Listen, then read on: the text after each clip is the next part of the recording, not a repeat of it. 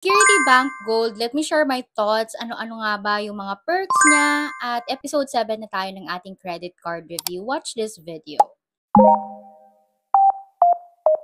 Mga sisis, this is Rixie and I usually talk about personal finance, and for today's topic, pag-usapan natin ang Security Bank Gold Mastercard. I'm actually curious ngayon dito sa Security Bank Gold, kaya sinearch ko siya at ito yung mga perks na makukuha nyo kung magkakaroon kayo ng credit card na to. Please take note that this is not good for beginners kasi meron silang around 400,000 plus na annual salary na dapat yung ma-meet bago kayo mag-apply dito. But anyway, i-share ko sa inyo yung mga perks niya. First things first, meron silang non-expiring rewards for as low as 20 pesos every spend nyo, magkakaroon kayo ng 1 point. At hindi siya na-expired mga sisi ko. Sabi nila, napakadaling mag-redeem because sa kanilang app meron. So lahat ng ma-accumulate yung points, pwede kayong mag-redeem sa kanilang app right away. Given that this is also Mastercard, sinasabi din dito na meron silang mga exclusive promos for Mastercard dahil itong Security Bank Gold ay under siya ng Mastercard.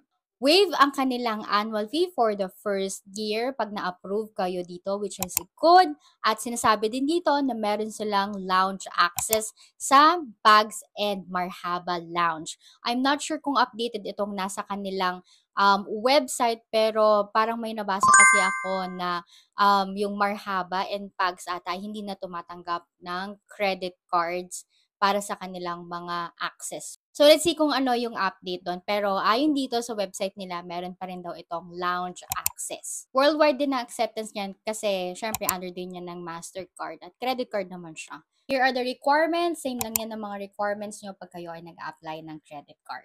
In order for you to get the card, you must be between 21 to 65 years old. What's my thoughts about the Security Bank Gold Mastercard? As mentioned, number 1, this is not good for beginners dahil may annual fee yan. Annual fee nitong card na to ay 2,500 per sa website. So, hindi naman siya cashback card, so rewards card siya. So, you can earn points every time na mag-i-spend ka ng 20 pesos using that card. So, if you're a fan na gusto mo yung mga points na isi-save mo ay ipapalit mo sa rewards, I think this is one of the best card na pwede sa'yo. Would I recommend it? Yes. Wala akong masabi na parang special sa kanya. Kasi same lang din naman yung perks niya to other cards na meron sa market. Pero ang masasabi ko siguro is, it is under Security Bank. And based on my experience, maganda ang kanilang customer service at mabait din naman, madali ring mag-waive ng annual fee sa kanila. When it comes to perks, just so, same lang. Kung mahilig ka mag-travel, may lounge access. Parang yun lang yung yung perks niya talaga na parang kakaiba sa ibang credit card. Yung perks niya magkaroon ng lounge access for only 2,500 per year na annual fee.